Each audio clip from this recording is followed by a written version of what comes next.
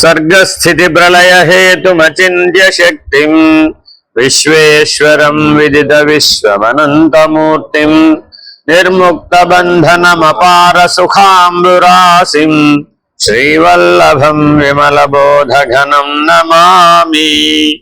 यस्य प्रसादादहमेव विष्णु मय्येव सर्वं परिकल्पितं च इत्थं विजानामि सदात्मरूपं तस्याङ्घ्रिपद्मं प्रणतोऽस्मि नित्यं।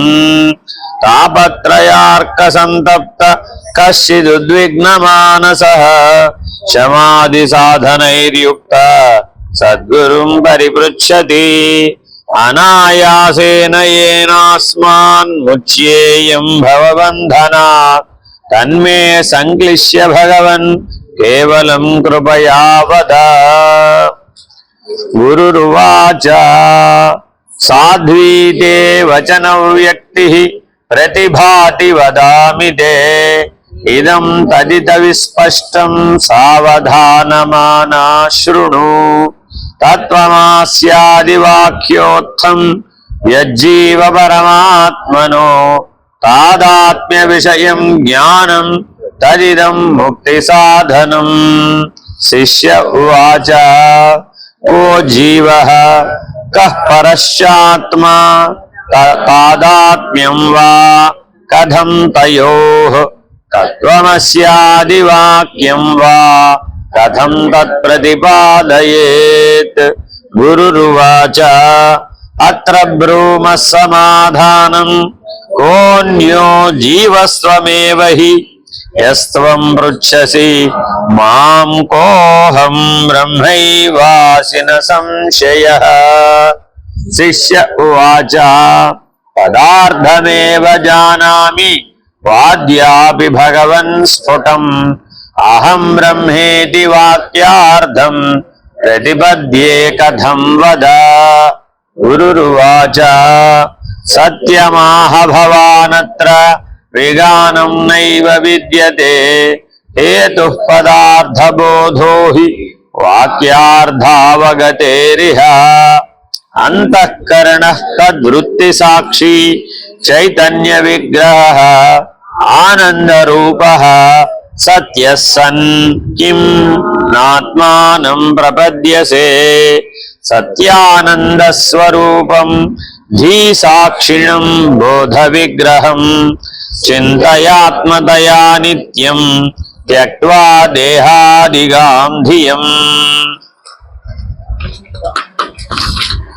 रूपादिमान् यतः पिण्डस्ततो नात्मा घटादिवत् वियदादिमहाभूतविकारित्वाच्च कुम्भवत्।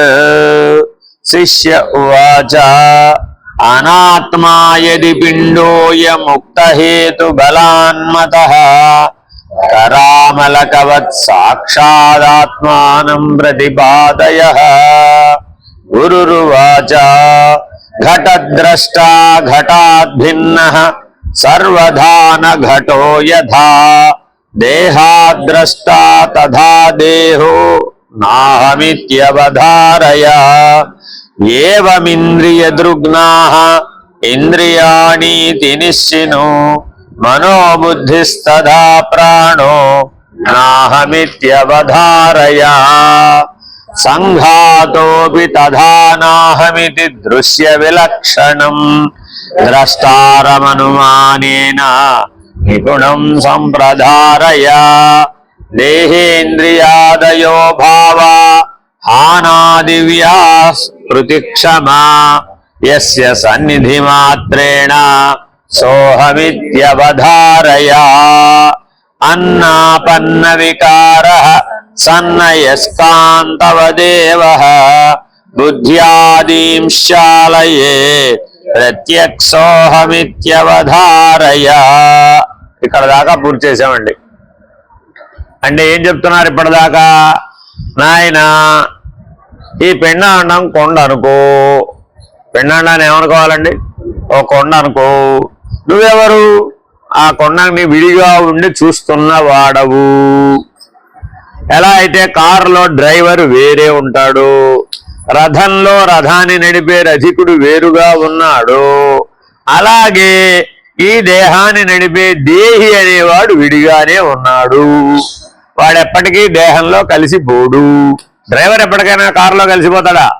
కలవడు కదా. కుమ్మరి ఎప్పటికైనా కొండలో కలిసిపోతాడా? కలవడు కదా. మరి కళ్ళెదురకుండా ఈ సత్యం కనబడుతూనే ఉంది కదా, కానీ నీకు అప్లై చేసుకోవట్లేదు. పక్కవాడికి చెప్పేటప్పుడు మాత్రం ప్రతి వారిలో వ్యాస భగవానుడే ఉంటాడు, ఏం తక్కువ ఉండదండి. కానీ తనకు తాను అన్వయం చేసుకునేప్పుడు మాత్రం బ్రహ్మభావంలో నుంచి సరాసరి ఎక్కడికి వచ్చేస్తాడు? జీవభావం. దీనికి ఉపమానం చెప్తారండి. వినువీధిలో అత్యంత ఎత్తు మీద ఎగరగలిగే శక్తి గ్రద్దకు ఉంటుందండి. ఈగిల్ చాలా ఎత్తున ఎగురుతుందండి. దాని దృష్టి ఎంత సునిశ్చితమయ్యా అంటే నేల మీద వానపాము కూడా కనబడుతుంది. అంత ఎత్తున ఎగరగలిగే శక్తి ఉన్నటువంటి ఆ పక్షిరాజానికి ఈ వానపాముతో ఏం పని? ఎంత ఉంది ఈ వానపాము? వెంట్రుక అంత ఉందట. ఈ వెంట్రుక అంత ఉన్న వానపాము కోసం అంత ఎత్తు నుంచి కిందకు వస్తుంది. అంత ఎత్తు ఎగరడానికి అసలు ఈ వానపాము తిన్న శక్తి సరిపోద్దా? కానీ అపేక్ష చేత నీవు సాక్షాత్తు బ్రహ్మమయుడవు. ఏమయ్యావట? కొద్దిగా లడ్డూ తినాలే వాటికి అనుకున్నట్టు అంతే. లడ్డు తినాలంటే ఎక్కడికి రావాలి? వచ్చేసాడు కదా, అంతే. అర్థమైందండి? ఏమిటో రండి, బాబా గారి దర్శనానికి వెళ్ళాం గురు పౌర్ణమికి, వాడు ప్రసాదం రాలేదు. నీ గొడవ పాడుగాను ఎక్కడైతే ఎక్కడికి వచ్చేసాడు. ఇప్పుడు ఎక్కడ బ్రహ్మ భావన, ఎక్కడ జీవన్ముక్త స్థితి, ఎక్కడ లడ్డూ గోల? చూడండి, ఏ క్షేత్రంలో చూడండి, టికెట్ల గోల, లడ్డూ గోల, దర్శనం గోల, అన్నిటికీ గోలే. మరి నాకు అర్థం కాదు వీళ్ళ గొడవ ఏమిటి? అసలు యాత్రికుల గొడవ అని వాళ్ళు అనుకున్నట్టు జరగలేదట. లేదంటే ఒక సిస్టమ్ లేదండి ఇక్కడ అంటాడేమిటి? ప్రతిదానికి ప్రతివాడు మాట్లాడేది ఏంటంటే సిస్టమ్ ఫాలో కావాలని ఎవరైనా కానీ. అబ్బా, ఏమిటి సిస్టమ్ భగవంతుడు పెట్టింది? నిశ్చయాకృతం, నీ ఇచ్చ అంటూ ఏమీ లేనే లేదు, అదే సిస్టమ్. కాబట్టి ఇంటి నుంచి బయలుదేరేప్పుడు ఎట్లా బయలుదేరాలట? ఉన్న బలాన ఉన్నవాడు ఉన్నట్టుగా బయలుదేరాలి, అంతే. దానికి టికెట్లు సర్దుకుని, రిజర్వేషన్ సర్దుకుని, బెర్తలు సర్దుకుని, టీటీని మేనేజ్ చేసి, మళ్ళా కిందకి దిగిన తర్వాత క్యూల్ని మేనేజ్ చేసి, సుదర్శనం టికెట్ మేనేజ్ చేసి, దానికి విఐపి సర్టిఫికేట్ పట్టుకొచ్చి, విఐపి బ్రేక్ దర్శనంలో మధ్యలో దూరి, అప్పుడంతా దేని మీద పోయింది మన తెలివి అంతా? భగవంతుడు, భగవద్ దర్శనం, దర్శనానుభవం, జీవన్ముక్తి, బ్రహ్మజ్ఞానం, ఈ గొడవ లేదు ఎంతసేపు కూడా. ఎంతసేపు ఇదే. కాబట్టి ఎవరైనా దర్శనానికి వెళ్ళి వచ్చిన వాళ్ళని అడిగితే ఏం చెప్తారు? ఈ కథే చెప్తాడు, అంతే. ఎంతమందిని తీసుకెళ్ళాలని తెలుసా నాతో పాటు? మీరే మిస్ అయిపోయారు అంటాడు. ఈ విన్నవాడు ఏమనుకుంటా, అబ్బో నిజంగానే మిస్ అయిపోయాడు. ఊరిని ఏం మిస్ అయ్యాడు ఈయన? ఆ గోలంతా మిస్ అయ్యాడు, అంతే. పెద్ద ప్రమాదం ఏమి లేదు దాంట్లో. అర్థమైందండి? ఎవరైనా మిమ్మల్ని ఏమన్నా తీసుకెళ్ళకపోతే ఏమనుకోమాకండి. ఎవరు మిమ్మల్ని ఏం తీసుకెళ్ళక్కర్లా భగవంతుడి దగ్గరికి. అర్థమైందండి? నీవే సరాసరి భగవద్ దర్శనం పొందవచ్చు. ఆ దృష్టి ఉండాలే కానీ, ఆ దృష్టి లేకపోతే ఎక్కడికి వెళ్ళినా ఒకటే, ఏ రాయి అయినా ఒకటే, తలబద్దలు కొట్టుకోవడం. గడప అయితే ఏమిటి, మూల విరాట్ అయితే. ఒక ఆయన మూల విరాట్కు తల పగల కొట్టుకుంటే మోక్షం వస్తుంది అనుకున్నాడు. సాక్షాత్తు భగవంతుడి విగ్రహానికే అలా మోదుకొని ప్రాణం వదిలేశాను అనుకో, అప్పుడు భగవంతుడి సన్నిధానంలోనే ప్రాణం వదిలేస్తాను కాబట్టి అప్పుడు నాకు ఖాయంగా మోక్షం వస్తుంది అనుకున్నాడు. అర్థమైందండి? ఇందులో ఒక ఆయన వచ్చాట, ఆగవయ్యా ఆగన్నట్ట. నేను ఆగనన్నట్ట. తోసుకెళ్ళేటప్పుడు గడప తగిలి అక్కడే తల తగిలి అక్కడే పోయాడు. ఇప్పుడు తల పగలడానికి ఏ రాయి అయితే ఏం పోయింది? అంతేనా కాదా? కానీ అక్కడ సమస్య మోక్షం అలా రాదే, భ్రాంతిమయ దృష్టి చేత అట్లా అనుకున్నాడు. సినిమా నాలెడ్జ్ ఎక్కువైపోయింది అన్నమాట. సినిమాల్లో చాలా ఉంటాయండి ఇట్లాంటివి. వెళ్ళి తల పగలు కొట్టుకుంటాడు, అమ్మవారి విగ్రహానికో లేకపోతే గడపకో కొట్టుకుంటూ ఉంటే అమ్మవారి ప్రత్యక్షం అవుతుంది. అంటే దాని అర్థం ఏమిటి? ప్రాణత్యాగం చేయడానికి ఉద్యమించినటువంటి ఉద్యమ స్ఫూర్తి, స్ఫురణ తల తీసి అక్కడ పెట్టగలిగేటటువంటి త్యాగ భావన నీలో గనక వచ్చిన నాడు భగవద్ దర్శనం తప్పక జరుగుతుంది. దానికి ఏం కావాలి? వివేక వైరాగ్యాలు కావాలి. అవి లేకుండా వీలు కోరు. అదేనండి, మనమంతా రేరెస్ట్ ఎగ్జాంపుల్ని పట్టుకుంటామండి. అంటే అలాంటి వాడు భూమండలం మీద ఇప్పటి వరకు ఎన్ని యుగాల నుంచో ఒకడే ఉంటాడు. ఆ ఒక్కడిని ఎగ్జాంపుల్గా పెట్టుకుంటాడు. వాడికి ఉన్నంత శక్తి వీడికి ఉండద్దు. అర్థమైందండి? మనమేమో రోజువారీ జీవితంలో ఏ రకమైనటువంటి సాధన చెయ్యం, ఏ రకమైనటువంటి జీవన విధానం కలిగి ఉండం, ఏ రకమైన పరిణామము పొందలేదు. ఎప్పుడూ జీవభావంలోనే జీవించేస్తూ మోక్షం కావాలని పలవరిస్తున్నంత మాత్రాన లభిస్తుందా? లభించదు కదా. కాబట్టి జీవభావం నుంచి ముందు ఆత్మభావానికి మారాలి, ఆత్మభావం నుంచి బ్రహ్మభావానికి మారాలి. భావనాబలాత్ భక్తిరుత్తమ. భక్తి అంటే ఏమిటి? స్వస్వరూపానుసంధానం భక్తిరిత్యభిధీయతే. నీ స్వరూపంతో అనుసంధానం అవ్వడమే భక్తి. Very very important. అర్థమైందండి? 1,00,000 బిల్వార్చన కాదు, 1,00,000 బిల్వార్చన అసలు కాదు. అర్థమైందా? వాటిని భక్తి అనుకోకూడదట. అందుకని ఎక్కడ దాకా వచ్చాడు మనం ఇప్పుడు? అయస్కాంతము ఏ విధముగా మార్పు చెందకనే లోహాదులను ఆకర్షించు మాదిరిగా స్వయముగా ఆత్మ ఏ వికారములు పొందగా బుద్ధ్యాదులను నడుపుతున్నదో అది నేనని గ్రహించుము. అర్థమేనండి? అంటే అర్థం ఏంటి? చిన్నప్పుడు నువ్వు ఉయ్యాల ఊగావు, ఆత్మ ఉయ్యాల ఊగింది అన్నట్టు. నువ్వు ఉయ్యాల ఊగితే ఆత్మ ఎందుకు ఊగాలి మధ్యలో? అది ఊగక్కర్లు. అంటే దేహాది వికారములకు సంబంధించిన అనుభవములు ఏవి ఆత్మకు ఉండవలసిన అవసరం లేదు. అర్థమైందండి? ఆత్మ తనకు తానుగా ఉంటుందండి. తానుగా ఉండేదేదో అదే ఆత్మ. దానికి ఏ నామరూప వికారాదులు లేవు, ఏ రకమైన ఇంద్రియానుభవములు లేవు, ఏ విషయానుభవములు కూడా లేవు, ఏ ద్వంద్వానుభవములు కూడా లేవు అనే మాటని స్థిరంగా చెప్తున్నాడు. అది ఎలా ఉందట? ఒక అయస్కాంతం వలె ఉందట. అంటే ఆ అయస్కాంతం తాను కదలకనే ఎన్ని సూదులనైనా కదల్చగలుగుతుంది. అవునా కాదా? ఒక సూదిని కదలచడానికి అయస్కాంతం పరిగెట్టుకెళ్ళడం ఎందుకు? గజేంద్ర మోక్షం మీద ఇది ఆక్షేపణ అండి. ఇది సకల విశ్వాన్ని పరిపాలించేటటువంటి మహావిష్ణువు చిరికింజప్పడు శంఖచక్ర యుగమంచేదో ఈ సంధింపడ అబ్రహపతించే పూర్ణ ఆకర్ణికాంతర ధమ్మిల్లమం చక్కనొత్తడు వివాద ప్రోచిత శ్రీ కుచోపరిచేల అంచలమైన వీడు గజ ప్రాణావనోత్సాహి. ఆ ఏనుగును కాపాడాలని పరిగెట్టుకుంటూ వెళ్ళట. ఓరిని అన్యాయం పాడుగాను. ఆయనే విష్ణుమూర్తి అండి. అలా పరిగెట్టుకెళ్లాల్సిన అవసరం ఆయనకి ఏముంది? సంకల్ప మాత్రం చేత విశ్వాన్ని సృజించి పోషించి పరిపాలించేటటువంటి అది నారాయణుడు అక్కడి నుంచి వైకుంఠం నుంచి గజేంద్రుని రక్షించడం కోసం పరిగెట్టుకు రావాలా? పరిగెట్టుకుని వచ్చాడని చెప్తున్నాడు అక్కడ. వాచ్యార్థంగా చూస్తే బాగా గుర్తుపెట్టుకోవాలండి. ఏ పురాణానైనా, ఏ ఇతిహాసానైనా, ఏ స్మృతులనైనా, శృతులనైనా, శాస్త్రాలనైనా వాచ్యార్థంగా పరిశీలిస్తే అన్ని అపభ్రంశాలే కనవు. ఆ మహావిష్ణువుకి ఏం బలం ఉందండి బాబు? ఆయనకి ఏం బలమే లేదు. ఎందుకనిట ఒక ఏనుగు ప్రాణాలను కాపాడడానికి మా అటెండర్ చాలా అంటాడు ఒక ఆఫీసర్. ఎందుకని నేను పరిగెట్టుకెళ్తాను ఏమిటి అన్నట్టు. సరే, ఇదే విషయం కొద్దిగా మీకు కాలక్షేపం జరగడానికి 10:30 అయింది కదా, 11 దాకా. పోతన గారికిను వారు శ్రీనాథుల వారికి ఒక ఇదే పద్యం మీద చర్చ వస్తుంది. అంటే నేను అనలేదు ఈ ఆక్షేపణ, శ్రీనాథుడు అన్నాడు. అర్థమైందండి? ఏమయ్యా పోతన బావుగారు కదా ఆయన, ఏమండి బావుగారు ఏమిటండి ఇలా రాశారు ఏమిటండి? శ్రీ మహావిష్ణువు ఎక్కడ మనమే సామాన్యులమే పరిగెట్టుకెళ్ళటం లేదే. ఎవరన్నా కాపాడాలంటే ఏం చేస్తాం? తగిన ఉపాయం ఏదన్నా ఆలోచిస్తాం, ఎవరికో చెప్పాలంటే చెప్తాం, లేదా ఏదైనా సహాయం చేయాలంటే చేస్తాం. దానికోసం పరిగెట్టుకెళ్ళడం ఎందుకండి? మీరు ఏమిటో భగవంతుడు ఏకంగా గజేంద్రుని కాపాడడానికి పరిగెట్టుకొచ్చారంటారు ఏమిటండి?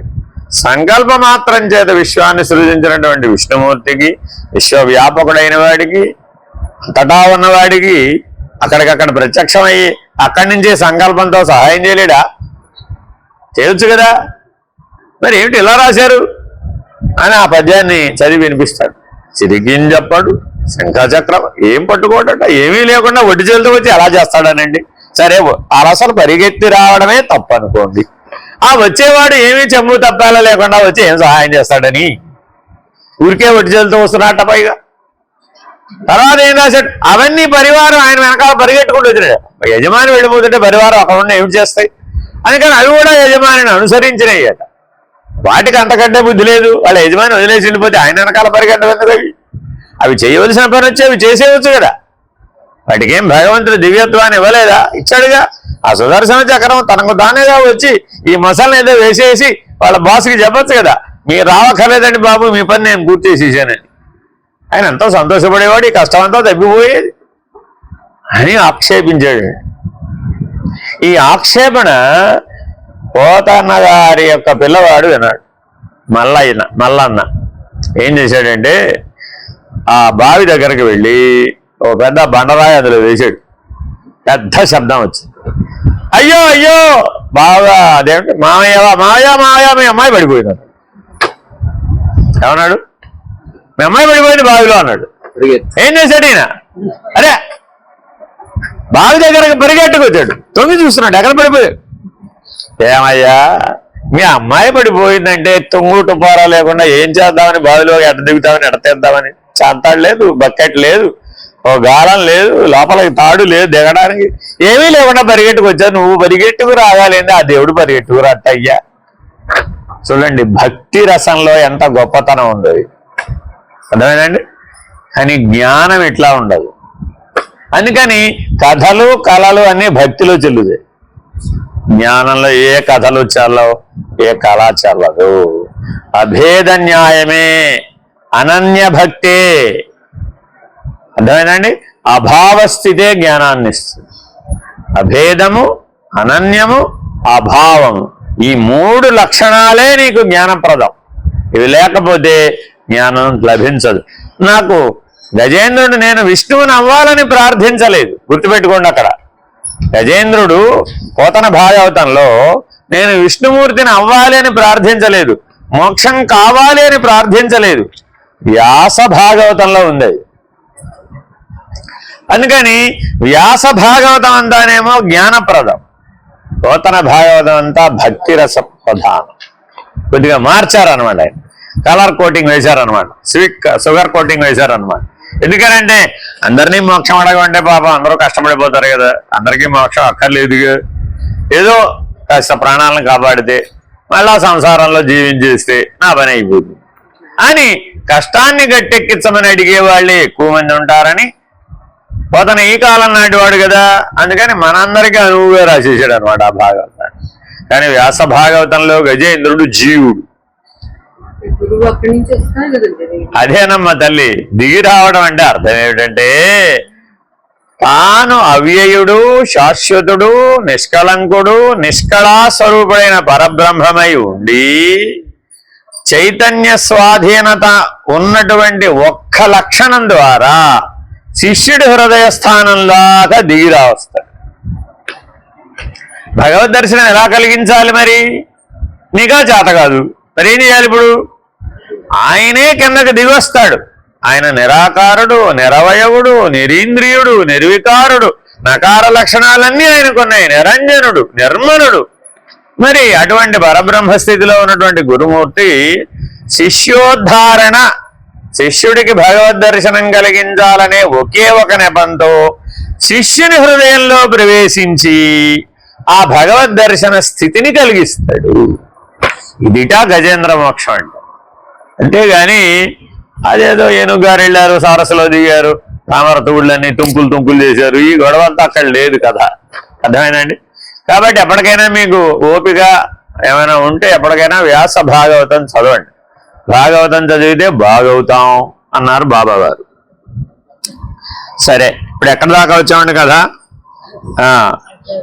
అజడాత్మవదా భాంతి యత్సాన్నిధా జడా అపి దేహేంద్రియమన ప్రాణ సోహమిత్యవధారయ. దేని సాన్నిధ్యము వలన జడములకు దేహము, ఇంద్రియములు, మనస్సు, ప్రాణములు చైతన్యవంతములుగా భాషిస్తున్నాయో అది ఏ నేను. ఇప్పుడు మనం విచారణ చేద్దాం. మీ ప్రాణం కదులుతుందా, కదలటం లేదా? ప్రాణం కదులుతుందా లేదా? ఏమండోయ్, నా ప్రశ్నకి మీరందరూ సమాధానం చెప్పేట్టుగా పుస్తకంలోంచి బయటికి రావాలి, అందుకే పుస్తకం మూసింది. ప్రాణం కదులుతుందా, కదలటం లేదా? కదలని వాళ్ళు ఎవరైనా ఇక్కడ ఉన్నారా? లేరా? ప్రాణం ఎలా కదులుతోంది? ఎలా కదులుతోంది? ఎవరి ప్రభావం వల్ల కదులుతోంది? నీ ప్రభావం వల్లేనా? శరీరం ప్రభావం వల్ల, లేదా బయట ఉన్నటువంటి పంచభూతాలలో ఉన్న వాయువు ప్రభావం వల్ల? అసలు వాయువే లేకపోతే ప్రాణం కదలలేదు కదా. మరి ఇప్పుడు ప్రాణానికి ఆధారం ఏది? ప్రాణచలనానికి ఆధారం ఏది?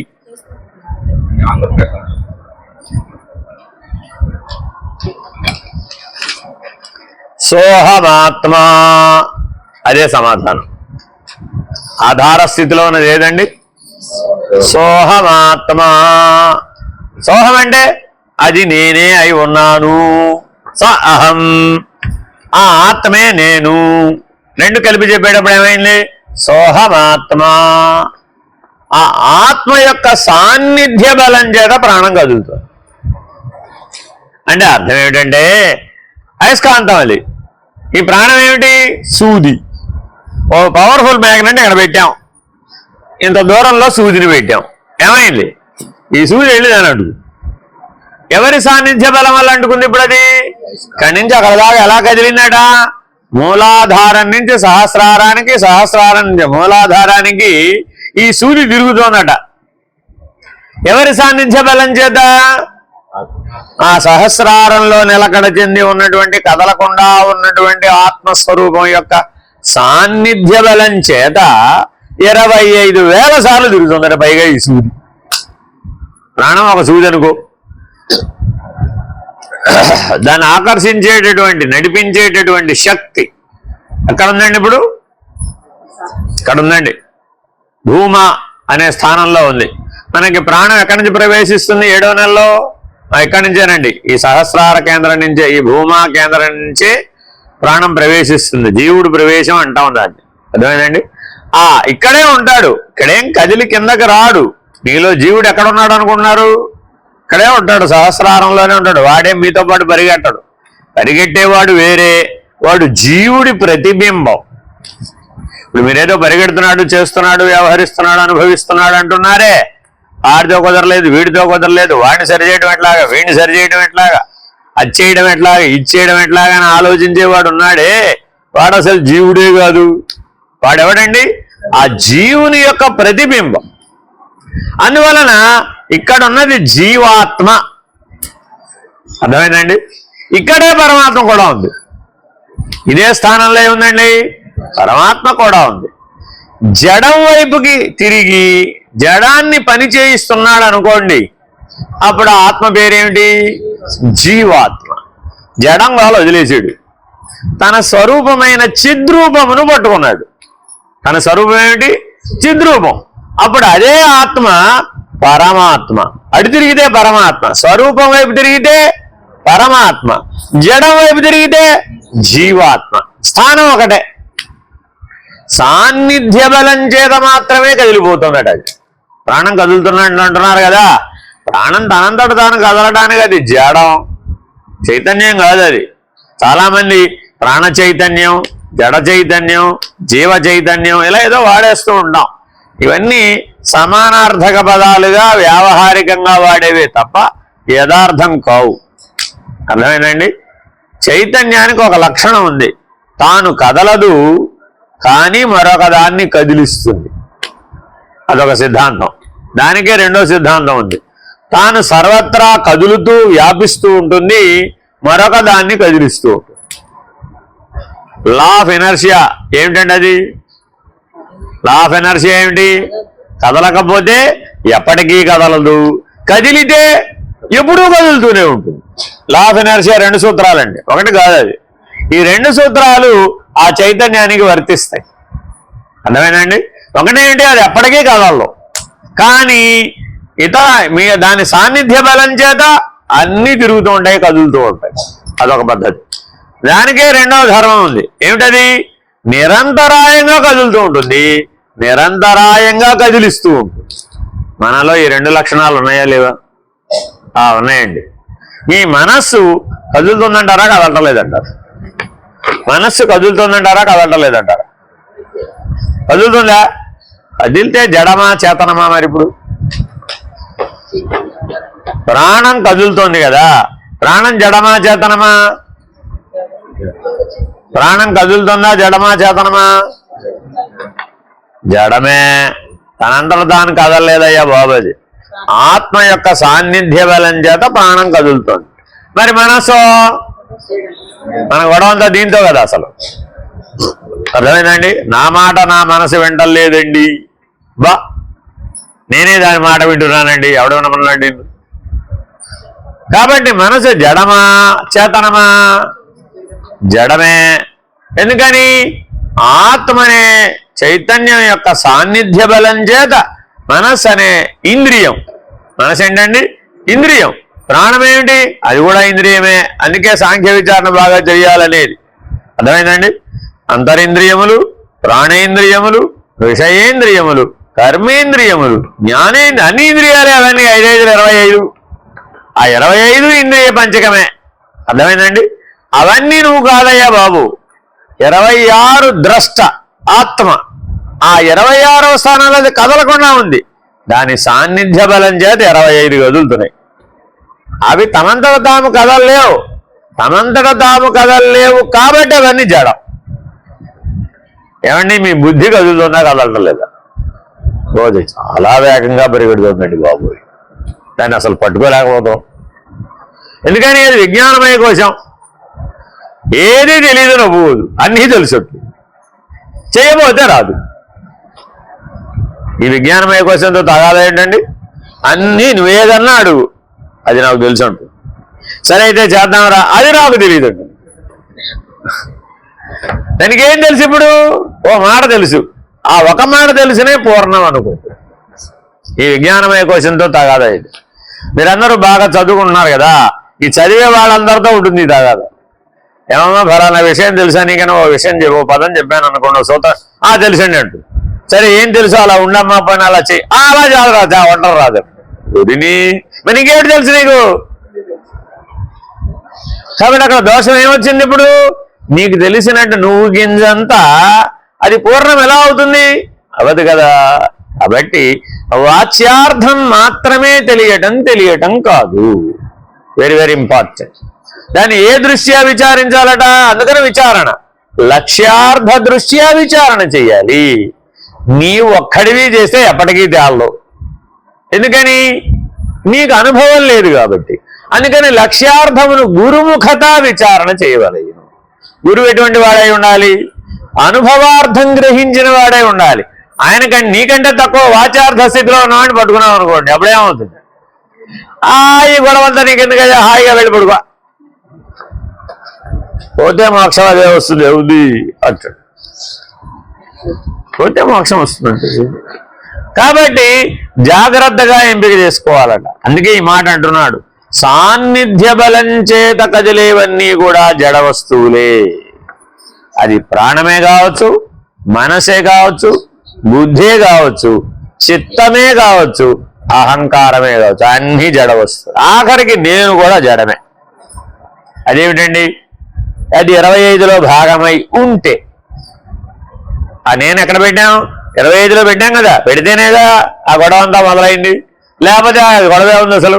ఈ నేను పట్టుకెళ్ళి ముందు ఎక్కడ పెట్టాలడా? 26లో పెట్టు. పెడితే ఏమైపోయింది?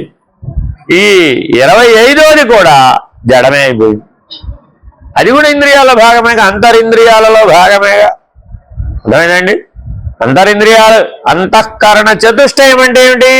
మనసు, బుద్ధి, చిత్తం, అహంకారం. కానీ ఆకాశ పంచకంలో 5వది ఉంది కదా. మరి 5వది ఏమిటి? ఆకాశంలో ఆకాశం. జ్ఞాతను, జ్ఞానం అని ఏ పేరైనా పెట్టుకొని నేను అనుకోని ఏ గొడవ లేదు అసలు. జీవుడు అనుకోని. అర్థమైందండి? కాబట్టి జీవుడు అన్నప్పుడు ఏమైపోయాడంటే 25వ స్థానానికి వచ్చేసాడు.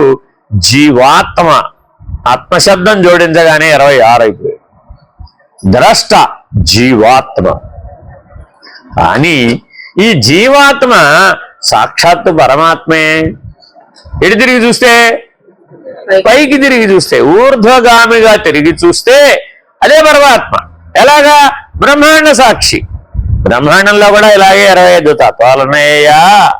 ఆ 25 తత్వాలు జడమే. కానీ ఎవరి సాన్నిధ్య బలం చేత ఆ తత్వాలు ఒకదాంతో ఒకటి కలిసి ఈ సృష్టి నిర్మాణం చేస్తున్నాయి? అది 26.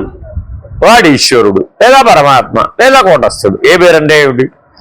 భక్తి మార్గంలో చెప్తే ఈశ్వరుడు అన్నాం, జ్ఞాన మార్గంలో చెప్తే కూటస్థుడా, అంతే తేడా, ఏమీ లేదు తేడా. అంతకుమించి చెప్ప ఆ అన్ని పదాలు కలిపి ఒక్క స్థితినే సూచిస్తున్నాయి, ఒక్క స్థానాన్నే సూచిస్తున్నాయి.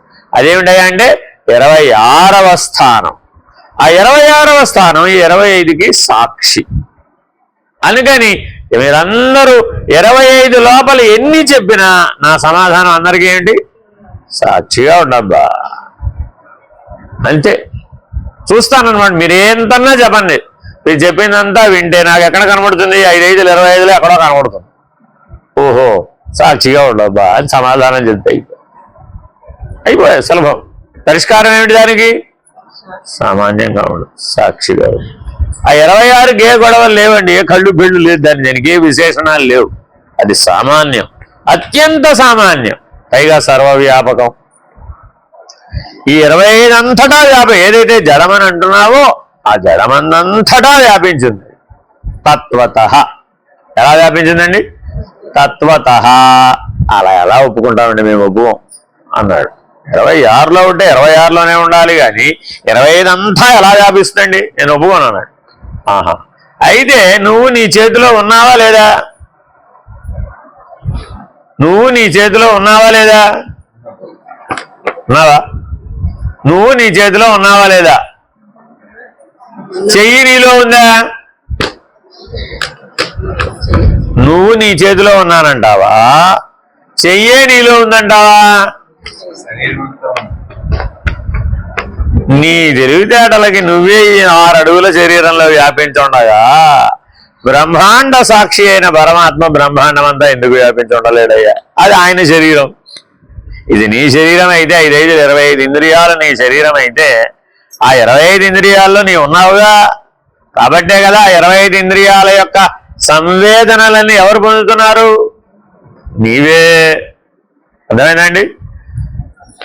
సమాధి నిష్టలో ఉన్నవాడికి ఆకలేసిందండి, ఏం చేయాలి? ఇప్పుడు ఏం చేయాలి?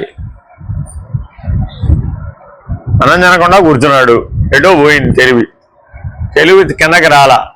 కానీ మరి ప్రాణధర్మం ఆకలి దప్పికలు వేస్తాయి కదా, అవి వేసినాయి. కానీ ఈయన ఎక్కడున్నాడు? పై తెలివిలో ఉన్నాడు, అధిగమించమైన పై తెలివిలో కూర్చుని ఉన్నాడు. మరి ఇప్పుడు ఆకలిని ఏం చేయాలి? గుర్తించాలా గుర్తించక్కర్లేదా?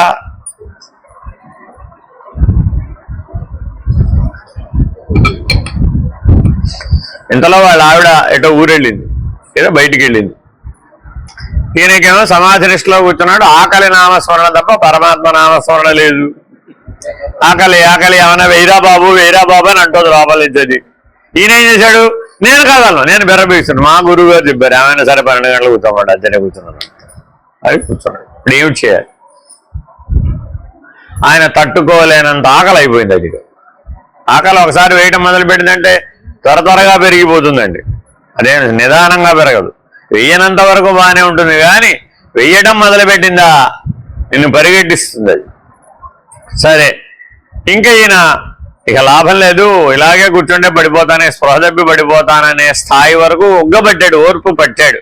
పట్టి లాభం లేదురా బాబు, ఏం కనబడితే తినేసేయాలని డిసైడ్ అయిపోయాడు. పరిగెట్టుకుని లోపలికి ఇంట్లోకి వెళ్ళాడు. ఓ బుట్టెడు మిరపకాయలు కనబడ్డాయి,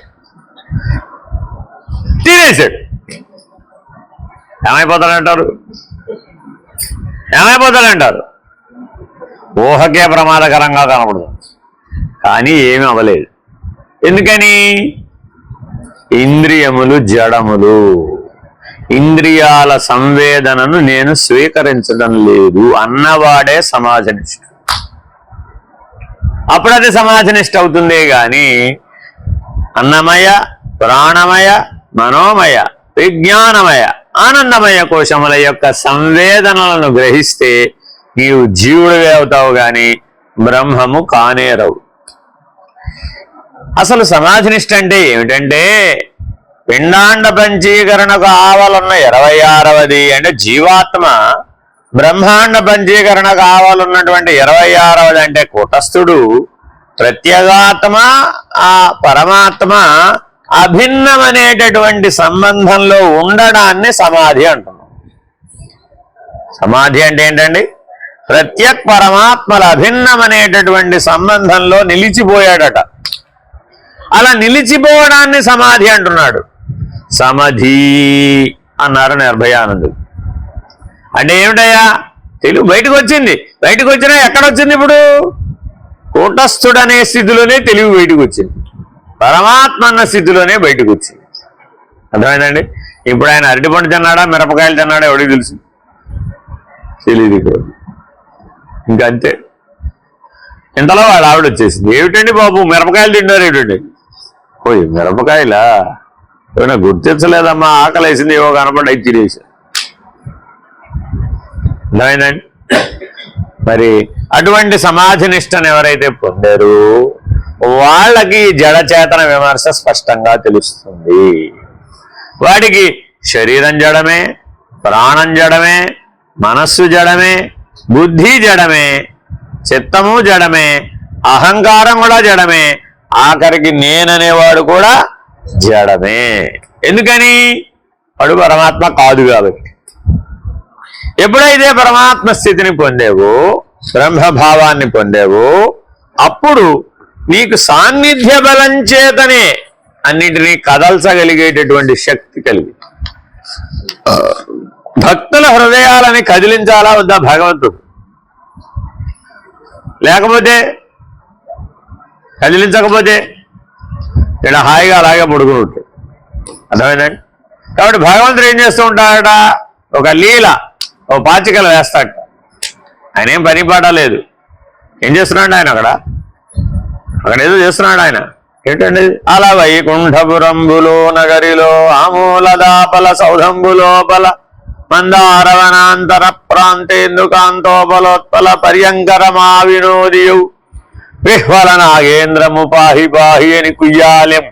విడపక్క కుయ్యమర్రో నేడుస్తుంటే ఆయన హాయిగా వైకుంఠంలో కూర్చొని ఓమోలు ఎక్కడెక్కడో మన అంతఃపురం లోపల ఎక్కడో కూర్చోండి హాయిగా హంసతులుగా మీద వాళ్ళు ఆవిడతోటి పార్టీలు వస్తాడు. ఏమిటండి ఆయన నాకు అర్థంగా దీన్ని పెట్టించుకోవద్దు అన్నట్టుగా నేనేమంటారంటే వ్యంగ్య స్థుతి, వ్యాజ స్థుతి అంటారు. ఓ పక్క చూస్తేనేమో భగవంతుడిని నిందించినట్టుగా కనబడుతుందట, మరో పక్క చూస్తేనేమో స్థుతించినట్టుగా కూడా కనబడుతుంది. ఏం చేస్తున్నాడయ్యా ఇంతకీ అంటే భక్తుల హృదయాలతో పాచికలాడుతున్నాడు. ఆయన పని ఏమిటయ్యా అంటే భక్తుల హృదయాల్ని కదిలిస్తాడు. ఎందుకంటే అవి జడ సమానం అయిపోతున్నాడు. హృదయం జడమైపోతే వాడు మా భక్తి ముక్తి ఎలా పొందుతాడు మరి? అందుకని పరమాత్మకి ఆట ఏమిటయ్యా అంటే భక్తుల హృదయాలతో పాచికలాడవే. ఇది భక్తి మార్గం. ఇలా చెప్తే ఏ మార్గం అనేది? భక్తి మార్గం. కానీ ఆయన ఏమో కదలడు కదా మరి. అసలు వాస్తవానికి పరమాత్మ యొక్క లక్షణం ఏమిటి? భక్తుడు అంటే బాగా పరిగెడతాడు, 7 కొండలు ఎక్కుతాడు, 7 కొండలు మెట్ల మించి వెళతాడు, అవసరమైతే ఎగిరి వెళతాడు, దూకి వెళతాడు, ఎలా అయినా వెళతాడు. ఎందుకని? భగవద్ దర్శన ప్రాప్తి కోసం ఆ ఆకాంక్ష, ఆ అపేక్ష భక్తుడిలో ఉంటుంది సహజంగా, మిక్కుటంగా కూడా ఉంటుంది. కానీ పరమాత్మకి తన భక్తుణ్ణి చూడాలి అని కోరిక ఎప్పుడైనా కలిగిందంటారా? కలిగే అవకాశం ఉందంటారా? ఆ భక్తుడి పిలుపు వింటే మరి పరమాత్మ పరిగెట్టుకు రావాలి కదా. ఆ భక్తి మార్గం. ఏ మార్గం అండి? భక్తి మార్గం. కాబట్టి భగవంతుడు జ్ఞాన మార్గంలో ఉన్న భక్తుడిని ఏం చేస్తాడయ్యా అంటే అనన్య భక్తి, పరాభక్తి అన్న స్థితికి వచ్చిన భక్తుడిని ఏం చేస్తాడంటే తన స్థాయికి లేవనెత్తుతాడు. తాను కదలడు, నిన్నే తన స్థాయికి లేవనెత్తుతాడు. లేవనెత్తి అప్పుడు నువ్వేమయ్యావు? ప్రత్యక్ పరమాత్మలు అభిన్నులు, జీవాత్మ పరమాత్మ అభిన్న, జీవో బ్రహ్మైవ నా పరహ. కాబట్టి ఇప్పుడు భగవంతుడిని ఏం అడగాలట? అదేదో నువ్వు నేను ఒకటే అనేదేదో ఉందా, అది ఇచ్చేవావు అని అడగాలట. మనకు అడగడం కూడా రాదు. అర్థమైందంటే కేవలం జ్ఞానం కావాలని అడగలేడు పాపం వీడు. నువ్వు నేను ఒకటేనంట కదా ఆ శాస్త్రంలో కూడా చెప్పాట, అదేదో ఏమోయ్యా బాబు ఓ పని అయిపోతుంది నాకు అని అడుగుతాట. అర్థమైందండి? ఎలా అడిగినా ఒకటే విషయం. నువ్వు ఏ భాషలో అడిగేవని అక్కడ భాషకేం ప్రాధాన్యత లేదు. కాబట్టి చాలా జాగ్రత్తగా భావంలో ఉంటే భక్తిలోనే ఉంటావు. ఆ భావస్థితికి చేరినప్పుడే జ్ఞానం అవుతుంది. బాగా గుర్తుపెట్టుకోవాలండి. అందుకని ఈ సూత్రంలో చాలా విలువైనటువంటి అంశాలు ఉన్నాయండి. సాన్నిధ్య బలం చేతనే కదల్చగలడు, అంతే. ఉండటం, సాన్నిధ్య బలం అంటే ఏంటండి? ఉండటమే, అంతే. ఓ పని అవ్వాలండి, ఏం చేయాలి? ఓ మహానుభావుడు, ఓ పరమాత్మ, ఓ జీవన్ముక్తుడు అక్కడ ఉండాలి, ఉంటే అయిపోతుంది, అంతే. ఆయన ఏం చేస్తాడు? ఏమీ చేయడు. ఆయుధమున్ ధరించ అని నెయ్యముగా ఒక పక్క ఊరకే మాట సాయము చేయువాడ. ఏమన్నాడండి ఆయన? నా వల్ల నీకేం ప్రయోజనం లేదయా, నేనే యుద్ధం చేయను పెట్టను, ఊరికే ఓ పక్కన ఉంటాను, ఉండమంటే లెక్కలోకి వస్తాను, అంతే. అంతే తప్ప నా వల్ల నీకేం ప్రయోజనం లేదు, నైవేద్యం కూడా వేస్ట్ నీకు అన్నట్టుగా చెప్తాడట. అర్థమైందండి? కానీ ఆయన ఉంటే అన్నీ కదులుతాయట. ఏది ఏ సమయానికి ఎలా జరుపబడాలో అది ఆ సమయానికి అలా జరుపబడుతుంది సాన్నిధ్య బలం చేత. కాబట్టి మా ఇంట్లో దేవుడి మందిరం అవసరం లేదు, ఉండాలా అక్కర్లేదా? ఉండాలి. నీలో భగవన్ మందిరం ఉండాలా అక్కర్లేదా? ఉండాలి. అది ఎక్కడ ఉంది? హృదయస్థానం. అదేనండి. అందుకని ఏం చెప్పాం? ఏహో దేవాలయో ప్రోక్తో జీవో దేవ సనాతన త్యజేద జ్ఞాన మాలిన్యం సోహం భావేన పూజయే. కనీసం హంసమంత్రం దాకైనా రండి అయ్యా బాబు.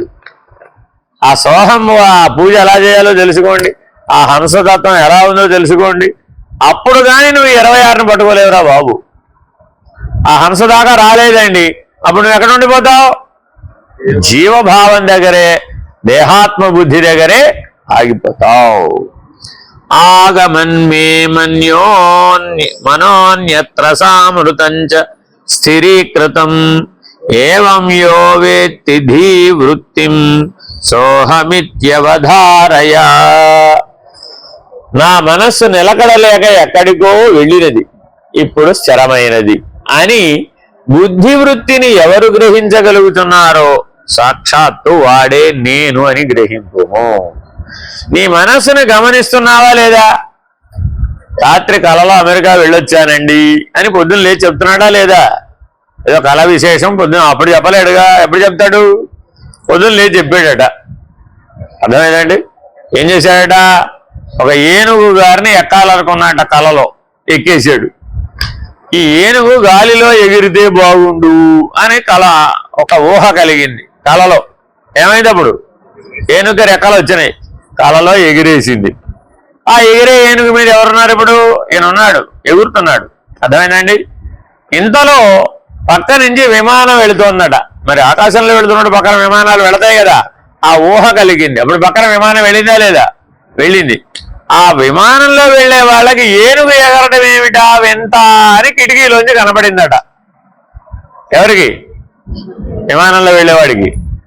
వాళ్ళందరూ ఈ విమానం కంటే ఏనుగే బాగుందని ఏనుగు తోక పట్టుకుని వీళ్ళు కూడా ఎగిరారట. ఇందులో ఇదంతా కలలో. అర్థమైందండి? ఈయన తీరా వెనక్కి తిరిగి చూసేటప్పటికి విమానం లేదట. విమానంలో ఉన్న వాళ్ళందరూ ఏనుగు తోక పట్టుకుని ఇంతో పాటే ఎగురుతున్నారట. నేను ఒక్కడిని ఎగరాలనుకున్నాను కానీ ఎంతమంది వచ్చారు ఏమిటి అనుకున్నాడు. ఏనుగుకి చెప్పాట, వాళ్ళందరూ కింద పడేసి మనం వెళ్ళిపోదామని. ఎక్కడ ఇదంతా? వాళ్ళంతా కింద పడే లోపల ఈయనకు వెలుగు వచ్చేసి. అర్థమైందండి? మెలకు రాగానే ఏరు వీళ్ళంతా అని అందరూ అడుగుతున్నాడు. ఏరు వీళ్ళంతా? వాళ్ళ ఆవిడ ఏం చెప్తుంది? ఏరు వీళ్ళు ఏమిటి? నాకు అర్థం ఎక్కడ ఉన్నావు నాకు అందాక. సో మన జీవితం అంతా ఏమిటి? ఇలాగే అసంబద్ధం. దానికి ఏమి ఒకదానికి ఏ సంఘటనలకు కానీ ఏ పరిస్థితులకు కానీ కార్యకారణ సంబంధం లేకుండా ఉంటేనే అది జీవితం. అసలు లేదని తెలుసుకుంటే నువ్వు దాని ద్వారా వదిలేస్తావు.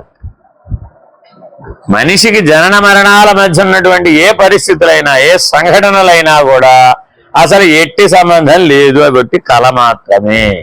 కళకి కార్యకారణ సంబంధం ఎవరైనా చెప్పగలుగుతారా? ఓ పుస్తకం రాయాలి, కళల ఫలితాలు. ఓ పుస్తకం ఉందండి, 10 రూపాయల పుస్తకం ఉంటుంది, కావాలంటే అది కొనుక్కుని చదువుకోవడం. ఈ కళకి ఫలితం ఉంటుంది. ఏరాది ఉంటుందో లేదో నీకు తెలియదు, వాడికి తెలియదు. అర్థమైందండి?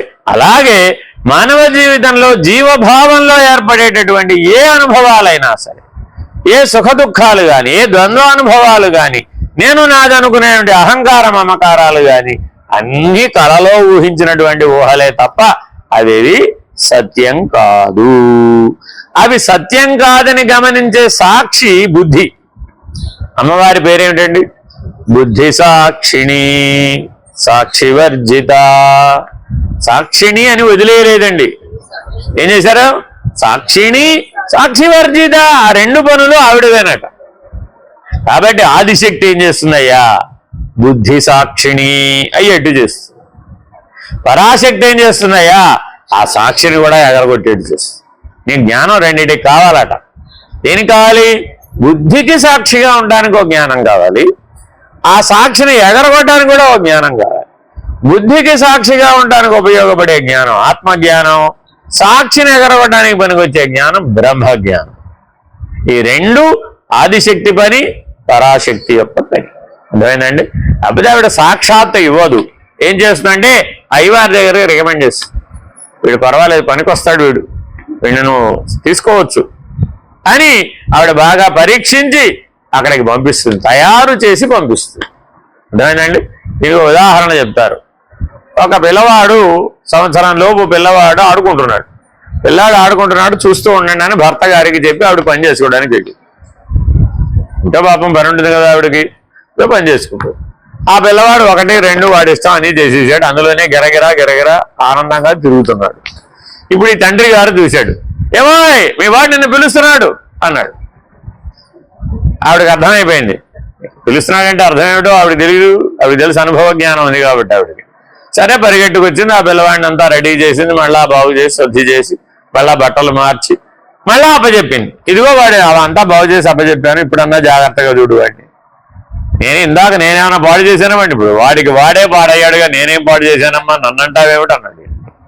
నేనేం వాడినేం పాడు చేయలేదు, వాడి కర్మ వశాత్తు వాడు అలా అయ్యాడు, దాన్ని బాగు చేసే ఉద్యోగం నీది, నాదేమిటి. నేను సాక్షివర్జిత, నేను సాక్షిని కాదు, పరమాత్మ సాక్షి కాదండి. ఆయన ఎవరు? సాక్షివర్జిత. ఆ సాక్షి కూడా లేడంటే తప్ప నువ్వు పరమాత్మ స్థితిని పొందలేవు. ఒకసారి తండ్రికి అప్పగించిన తర్వాత మళ్ళా తల్లి దగ్గరకు వచ్చే ప్రసక్తే లేదు, వెనక్కి తిరిగి చూసే ప్రసక్తే లేదు, ముందుకే. ఇక ముందుకంటే ఏమిటి? సాక్షాత్తు పరమాత్మ స్థితిని, పరబ్రహ్మ స్థితిని పొందడమే.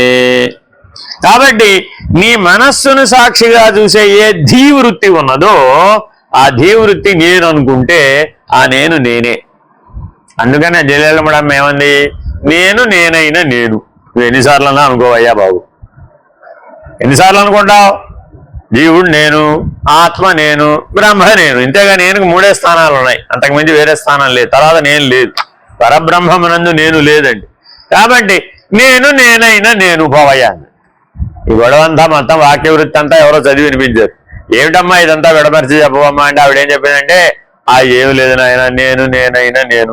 అందుకే అక్కడ రాసి ఉంటుందండి అది, నేను నేనైనా నేను అంటే అర్థం ఏమిటి? ఆయమాత్మ బ్రహ్మ. మొదట నేనెవరు? జీవుడు. రెండో నేనెవరు? ఆత్మ. మూడో నేనెవరు? బ్రహ్మ. అది సంగతి. అదే మాట ఇక్కడ అంటున్నారు. కాబట్టి సాక్షాత్తు ఆ సాక్షి ఎవడో వాడు నేనే. సరే, స్వప్న జాగరితే సుప్తిం భావా భావౌ ధియాం తథా యో వేత్తి విక్రయ సాక్షాత్ సోహమిత్యవధారయ. జాగ్రత్త స్వప్న సుషుప్తి అను అవస్థాత్రయమును, బుద్ధి యొక్క నిశ్చలతను, చంచలత్వమును ఎవరు నిలకడగా గ్రహించగలుగుతున్నారో వాడే నేను. నిద్ర వస్తోంది అని ఎవరికి తెలిసింది? వాడికి తెలిసిందా తెలియలేదా? వాడు నేను. నిద్ర పోయేవాడు కాదు, నిద్ర వస్తోందని, మెలకువ వచ్చిందని గుర్తిస్తున్నావా లేదా? గుర్తిస్తేనే కదా లేచేది, లేకపోతే లేవు. అర్థమైందండి? ఎవడు గుర్తిస్తున్నాడో సాక్షిగా ఉండి వాడు నేను. అందుకని భగవాన్ రమణులు నేనెవరన్న ప్రశ్నని గాఢ నిద్రలో వేసుకోమన్నారు. ఎప్పుడు వేసుకోమన్నారండి? మనం ఎప్పుడు వేసుకుంటున్నాం? పచ్చిమిరపకాయ బజ్జీ తినే ముందు నేనెవరు ఇప్పుడు అడిగితే ఏముందానికి ప్రయోజనం? అర్థమైందండి? ప్రయోజనం లేదు. కాబట్టి నేనెవరన్న ప్రశ్న చాలా మంది చాలా తేలిగ్గా ఇప్పుడు వాట్సాప్లో భగవాన్ రమణుల సందేశాలు ఎడా పెడా వాడేస్తూ ఉంటారు. కానీ ఆయన చెప్పింది ఇక్కడ కాదు. బ్రహ్మనిష్టలో ఉన్నటువంటి వాడు నేనెవరని ప్రశ్నించుకున్నాడు. ఓహం అన్న ప్రశ్న ఎవరికి కలిగిందండి? బ్రహ్మనిష్టలో జీవన్ముక్తుడైనటువంటి వాడికి ఇంకా ఏం జరగలేదు, మోక్ష సన్యాస యోగం అనుభవానికి రాలేదు. ఆ మోక్ష స్వరూపం అనుభవంలో ఉంది. మరి దాన్ని విడవాలంటే, విడవాలనుకుంటున్న వాడెవరు, సన్యసించాలనుకుంటున్న వాడెవరు, నేనెవరంటే అర్థం అది. కర్మ సన్యాసం దగ్గర చెప్పలేదు, అది మోక్ష సన్యాసం దగ్గర చెప్పారు. బ్రహ్మ నిర్వాణం దగ్గర చెప్పారు. జీవుడు ఆత్మభావం దగ్గర ఉన్న నిర్వాణం చెప్పలేదు. బ్రహ్మము పరబ్రహ్మము వద్దన్న బ్రహ్మ నిర్వాణం దగ్గర నేనెవరన్న ప్రశ్న ఉన్నది. ఆ నేనెవరన్న ప్రశ్నకి సమాధానం పరబ్రహ్మం.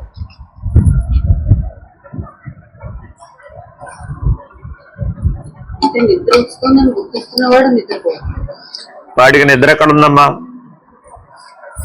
వాడికి నిద్ర లేదు కదా. ఎందుకని? నిద్ర ఉంటే మెలకువ ఉంటుంది, మెలకువ నిద్ర ఉంటే కళ కూడా ఉంటుంది. కళ మెలకువ నిద్ర ఉన్నది ఎవరికి? జీవుడి. కాబట్టి దేహాత్మ బుద్ధి కలిగిన వాడికే అవస్థాత్రయం, దేహాభిమానం కలిగిన వాడికే అవస్థాత్రయం. హరి ఓం శ్రీ గురుభ్యో నమః. హరి ఓం. పూర్ణమదః పూర్ణమిదం పూర్ణాత్ పూర్ణముదచ్యతే పూర్ణస్య పూర్ణమాదాయ పూర్ణమేవావశిష్యతే. ఓం తత్సత్. ఓం శాంతి శాంతి శాంతి. హరి ఓం శ్రీ గురుభ్యో నమః. హరి ఓం. నారాయణ నారాయణ.